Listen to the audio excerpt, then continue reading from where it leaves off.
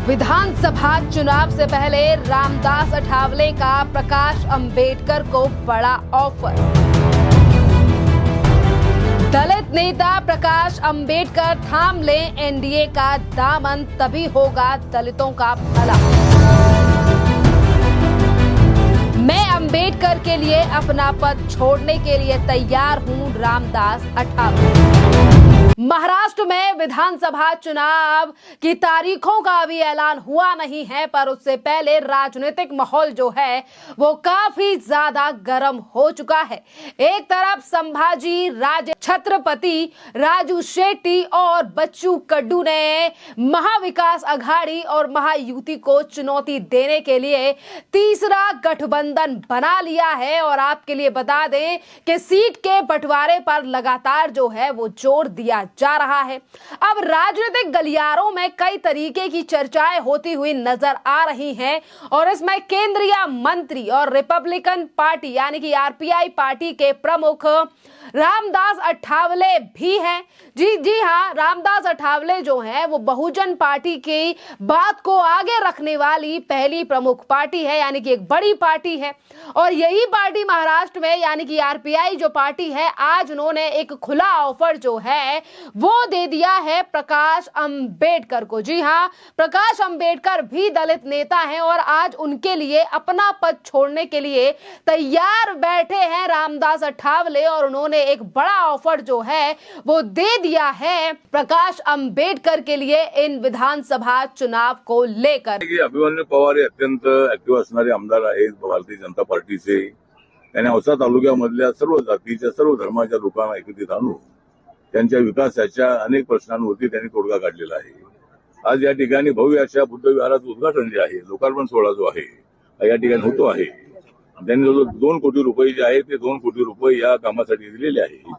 या बुद्ध विहारासोबतच या ठिकाणी अभ्यासिका होणार आहे, या ठिकाणी हॉल होणार आहे, या ठिकाणी बाबासाहेबांचा 12 फुटाचा भव्य पुतळा उभा राहणार आहे।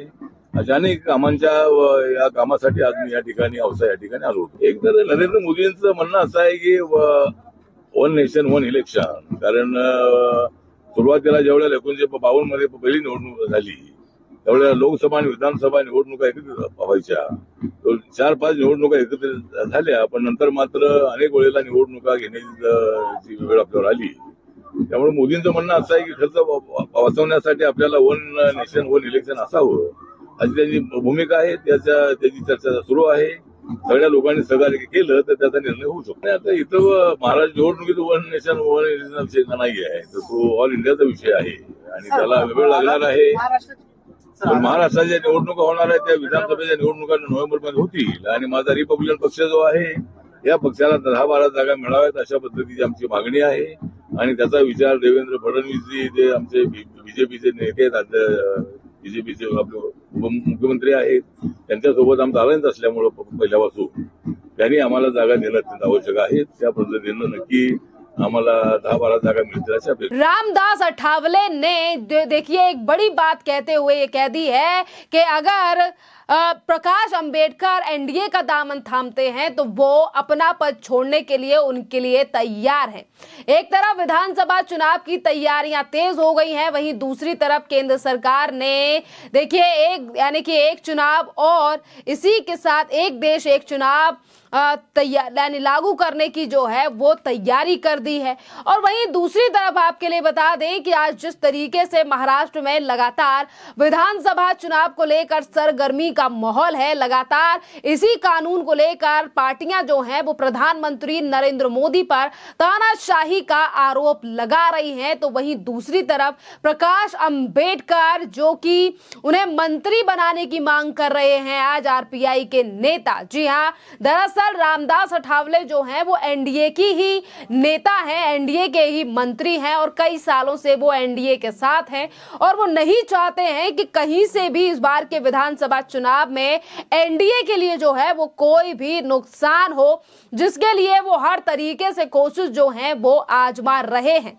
और इसीलिए रामदास अठावले ने वंचित बहुजन अघाड़ी के अध्यक्ष प्रकाश अंबेडकर को एनडीए में शामिल होने की ये बड़ी बड़ी बात कह दी है और उनसे अपील भी कर दी है और कह दिया है कि वंचित बहुजन अघाड़ी को थोड़ा सा सकारात्मक जो है वो अपनी जाति के लोगों के लिए और जो बहुजन समाज के लोग हैं उन लोगों के लिए सोचने की जरूरत है। मैं वंचित को महायुति यानी कि एनडीए में शामिल होने का निमंत्रण देता हूं। अगर वो महागठबंधन में शामिल होते हैं तो उन्हें सत्ता का लाभ मिलेगा। रामदास अठावले ने ये खुला प्रस्ताव जो है वो दे दिया है और कहा है कि वो आए तो बेहतर होगा। मुझे मंत्री ना बनाए, मैं खुद मांग करूंगा कि प्रकाश अंबेडकर को मंत्री बनाया जाए, क्योंकि अगर वो मंत्री बनेंगे तो इससे हमारे जो समाज के लोग हैं उनके लिए काम होगा और उनके लिए काफी ज्यादा फायदा भी होगा। देखिए, विधानसभा चुनाव में अब ज्यादा समय नहीं रह गया है। आने वाले नवंबर में महाराष्ट्र में कभी भी चुनाव हो सकते हैं। इसी बीच विधानसभा चुनाव को लेकर भी जो है वो बात कही गई है आरपीआई के अध्यक्ष यानी कि रामदास अठावले की तरफ से, और उन्होंने कहा है कि इस बार के विधानसभा चुनाव में हम महायुति यानी कि एनडीए से 10 से 12 सीटों की मांग करेंगे और भाजपा के कोटे से 10 से 12 सीटें जो हैं वो हमें भारतीय यानी कि बीजेपी से जो है वो इस बार के विधानसभा चुनाव में मिलनी चाहिए। सरकार आने पर 1 से 2 मंत्री पद और निगम मिलने की उम्मीद जो है वो इस बार हमें लग रही है।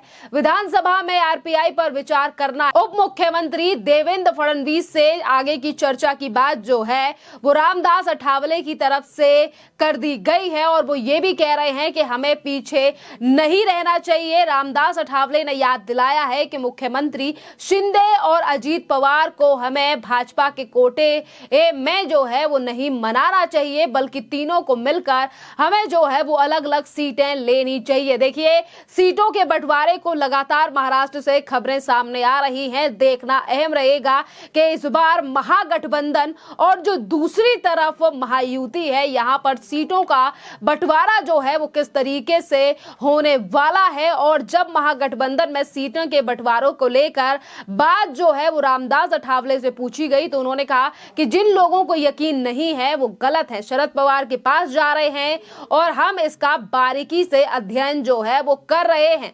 यानी कि इस बार सीट टिकट देने से पहले जो है अठावले का कहना है कि इस बार हम हर चीज का जो है वो बारीकी से अध्ययन कर रहे हैं और इसके बाद ही टिकटों का बंटवारा जो है वो किया जाएगा। खैर, अब तो देखना अहम रहेगा कि एक तरफ जो है वो ऑफर दे रहे हैं रामदास अठावले, वो भी एक कद्दावर नेता के लिए, तो देखना अहम रहेगा क्या प्रकाश अंबेडकर जो है वो आने वाले समय पर भारतीय जनता पार्टी यानी कि एनडीए का दामन थामेंगे या फिर नहीं। क्योंकि आज ही एक प्रोग्राम के दौरान जब प्रकाश अंबेडकर से एनडीए के बारे में तमाम सवाल जो हैं वो पूछे गए तो उन्होंने सीधे तौर पर कहा कि इस बार हम किसी के पास नहीं जाएंगे, बल्कि जिसको आना होगा वो हमारे पास आएगा। और वहीं दूसरी तरफ केंद्र में मंत्री पद का ऑफर जो है वो दे दिया गया है रामदास अठावले के द्वारा। तो ये मामला जो है महाराष्ट्र के विधानसभा चुनाव से पहले जो लगातार सियासी गलियारों में चर्चाएं होने लगी हैं, अब इधर से इधर नेताओं को भुलाया जा रहा है। लगातार जो सत्ता पक्ष है वो अपनी पार्टी और अपने खेमे को मजबूत करने में लगा हुआ है, तो वहीं दूसरी तरफ जो गठबंधन है वो भी कुछ इसी तरीके की रणनीति जो है वो महाराष्ट्र में अपना रहा है। और इसी के साथ देखिए, केंद्र सरकार के द्वारा लाया गया ये बिल और कानून जिस पर जल्द ही चर्चा हो सकती है, यानी कि एक देश और एक ही चुनाव, 1 नेशन 1 इलेक्शन का प्रावधान जो है वो केंद्र सरकार लेकर आ रही है, जिस पर लगातार विपक्षी पार्टियां प्रधानमंत्री नरेंद्र मोदी को कभी तानाशाह कह रही हैं तो कभी ये कह रही हैं कि संविधान के अनुरूप तो ये कानून बन ही नहीं सकता है, जिस पर आज सवेरे भी आरपीआई के अध्यक्ष रामदास अठावले का बयान सामने आया है और उन्होंने प्रधानमंत्री नरेंद्र मोदी की सरकार के द्वारा